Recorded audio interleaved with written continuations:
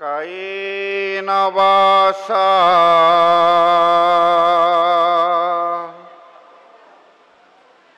মনসেন্দ্রিয়র্বা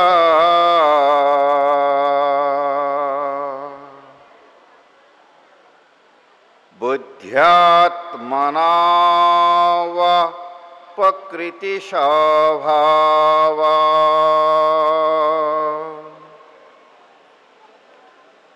করোমি যদ্যৎ সকলম পরস্মৈ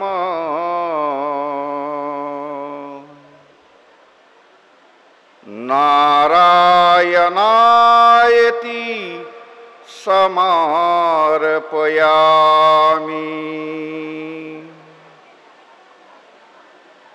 নারায়ণায়েতি সমর্পয়ামি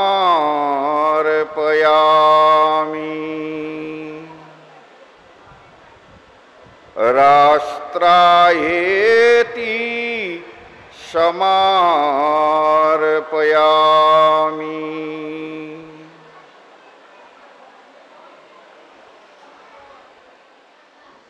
যোগ গুৰুকুল অসম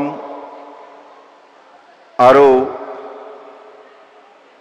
নহিৰা ৰাইজ গয়ৰহৰ সৌজন্যত অনুষ্ঠিত আজিৰ এই গীতা প্ৰবচন কাৰ্যক্ৰমত মঞ্চত উপবিষ্ট আমাৰ শ্ৰদ্ধাৰ নহিৰা ৰাইজ গয়ৰহৰ সভাপতি প্ৰবীণ গোস্বামী ডাঙৰীয়াদেৱ, এই ৰাইজৰে উপদেষ্টা নয়ন ভট্ট ডাঙৰীয়াদেৱ, যোগ গুৰুকুল অসমৰ সভাপতি দিলীপ গোস্বামী ডাঙৰীয়াদেৱ,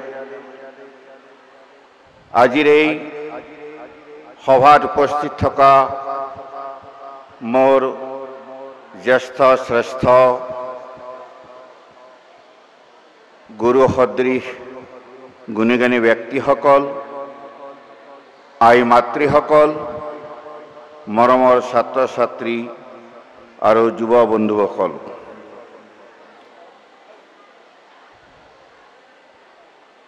বিশ্বৰ ভিতৰত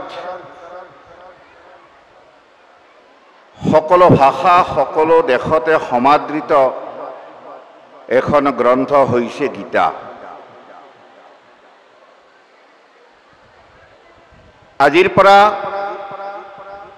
5163 বছৰ আগত ভগৱান কৃষ্ণই এই গীতাৰ বাণী অৰ্জুনক শুনাইছিল। 5163 বছৰ আগত। আৰু আজি বিশ্বৰ ভিতৰত বিশ্বৰ প্ৰায় 180খন দেশত আৰু 180খন দেশৰ যি প্ৰমুখ ভাষা আছে, প্ৰায় প্ৰত্যেক ভাষাতে অনুদিত এখন গ্ৰন্থ হ'ল গীতা।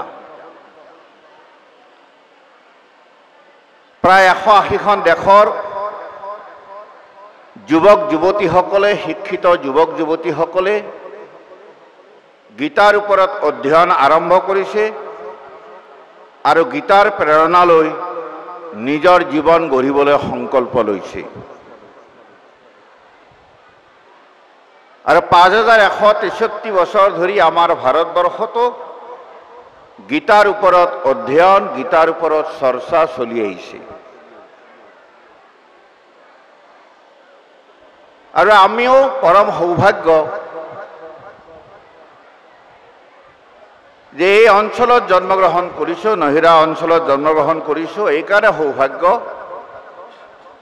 যে যিটো অঞ্চলত প্ৰায় 450 বছৰ 425 বছৰ আগতে এটা ধৰ্মানুষ্ঠান আৰম্ভ হৈছিলে, মন্দিৰ স্থাপনা হৈছিলে, আৰু 425 বছৰ ধৰি আমি তাক জীয়াই ৰাখিব পাৰিছোঁ। কিমানটা পিঢ়ি পাৰ হৈ গ'ল, তাৰ পিছতো সেই যিটো ধৰ্মীয় চেতনা 425 বছৰ আগত আমাৰ যি পূৰ্বপুৰুষসকলে আৰম্ভ কৰিছিলে, সেই ধৰ্মীয় যাত্ৰা আজিও আমি জীয়াই ৰাখিব পাৰিছোঁ। আৰু মই কওঁ মহাপুৰুষ শ্ৰীমন্ত শংকৰদেৱে কৈছিলে যে কোটি কোটি জন্মান্তৰে যাহাৰ আছে মহাপুণ্য ৰাশি সেহি কদাচিত মনুষ্য হয় ভাৰত বৰ্ষে আহি।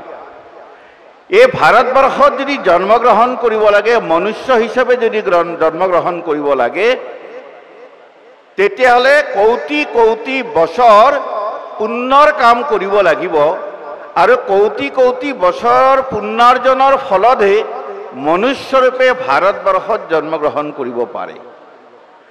আৰু আমি নহিৰা অঞ্চলতো যদি জন্মগ্ৰহণ কৰিব লাগে, তো তাৰ কাৰণে কৌটি কৌটি বছৰ আমি পুণ্যৰ কাম কৰিছিলোঁ আৰু সেই পুণ্যাৰ্জনৰ ফলতহে এই অঞ্চলত এই ধাৰ্মিক স্থলীত আমি মনুষ্য হিচাপে জন্মগ্ৰহণ কৰিব পাৰিছোঁ। সেইকাৰণে আমাৰ সকলোৰে জীৱন পৰম ধন্য। গীতাৰ ওপৰত প্ৰবচনৰ কাৰণে আমি সকলোৱে ইয়াত সমবেত হৈছোঁ।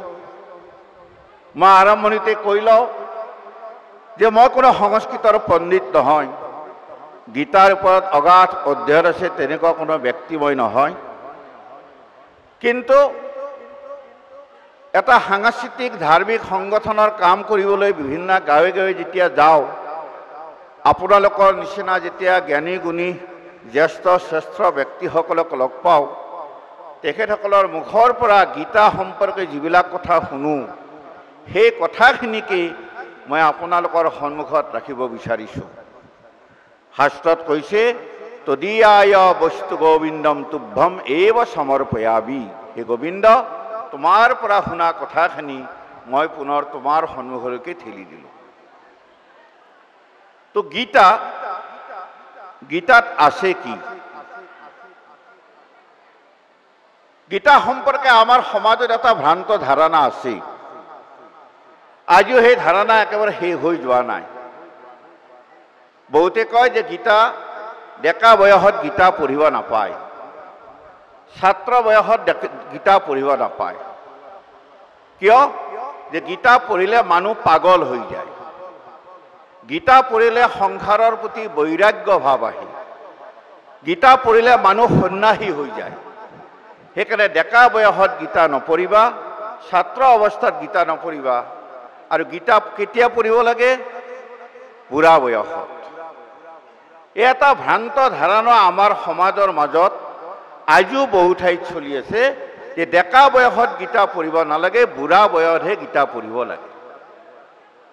কিয়? গীতা পঢ়িলে মানুহ পাগল হয়, গীতা পঢ়িলে মানুহ সন্ন্যাসী হয়, গীতা পঢ়িলে ঘৰ সংসাৰৰ প্ৰতি এটা বৈৰাগ্য ভাৱ আহে জীৱনত।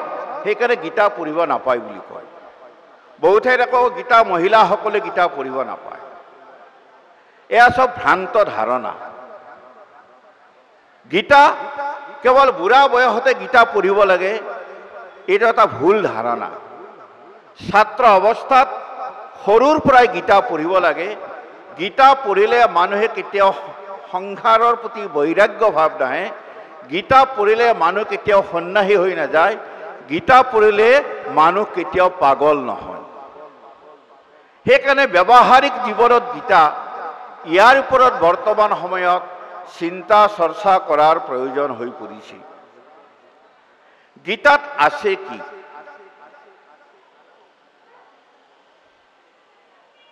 গীতাৰ প্ৰথম যিটো শ্লোক, সেই শ্লোকটোত কৈছে ধৰ্ম ক্ষেত্ৰে কুৰুক্ষেত্ৰে। তোমালোকে এইফালে ঘূৰি লোৱা, একো নাই, এইফালে ঘূৰি লোৱা, এইফালে ঘূৰিবা। হা, ধৰ্মক্ষেত্ৰে কুৰুক্ষেত্ৰে সমাবেত যুযুৎসৱঃ মামকা পাণ্ডৱ শৈব কিম কুৰ্বত সঞ্জয়। এইটো হ'ল গীতাৰ প্ৰথম শ্লোক। আৰু ৰাণী অহল্যা দেৱী নামৰ এগৰাকী ৰাণী আছিলে, বিদুষী ৰাণী আছিলে। তো ৰাণীয়ে এবাৰ পণ্ডিত সমাজৰ সন্মুখত কৈছিলে যে সম্পূৰ্ণ গীতাখন, গীতাত কি আছে এই বিষয়টো যদি জানিব লাগে, গীতাৰ যিটো প্ৰথম শ্লোক, সেই শ্লোকটোৰ আধাত সম্পূৰ্ণ গীতাখনৰ মূল বিষয়বস্তু ইয়াতে নিহিত হৈ আছে। অৰ্থাৎ ধৰ্মক্ষেত্ৰে কুৰুক্ষেত্ৰে সমাবেত যুযুৎসৱঃ মামকা পাণ্ডৱ শৈব কিম